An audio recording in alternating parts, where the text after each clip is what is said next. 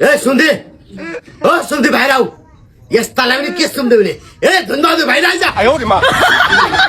ओहो सुम्दी आउनुभएछ पानी खानुहुन्छ कि सुम्दी खानु बढा छैन तेरो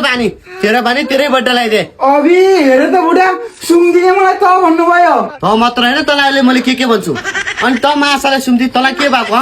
त मेरो दुईसँग पल्केछ छैन के बनाएको थिइस् म्यासेजमा मेरो बर्थडेलाई जाने मान आई लभ यु चुप्पा त्यस्तो भन्ने हो अरे सुन्दी अति नै गर्नुभयो त तपाईले अघिबाट तपाईले मलाई त भनिराख्नु भएको छ यताबाट तपाई गइरहेछ त्यही पनि त भन्नुहुन्छ दे म पनि बोल्ला त माछाले तेरी जोइले लेखायो हैन तेरी जोइले कस्तो लेखेथि I love you sweetheart sexy मेरी सेक्सी लेख्यो मलाई मुर्दार यस्तो बुढेसकालमा नि कस्तो खालको माया विरोधी हो यो त पनि नहुने आरोप नलगा त मलाई बड्डिया मान्छे बुढो भए पनि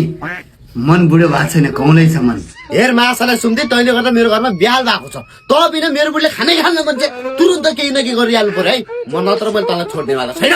ठिक छ सुन्दिनी माछाले खाना खानु नहुने त्यो माछालाई मैले खाना खुवाउँछु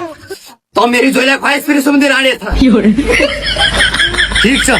त मेरो जुईलाई पाऊ म तेरो जुई पालुला मेरी जोइले याद गर्नु फेरि खोज्छिन् ठिक छ मिठो मसिनो खोज्छिन् म खुवाउँछु बुढा ए हिँड सुन्दिनी म छु त आज लाग्यो तिम्रो म बड्डो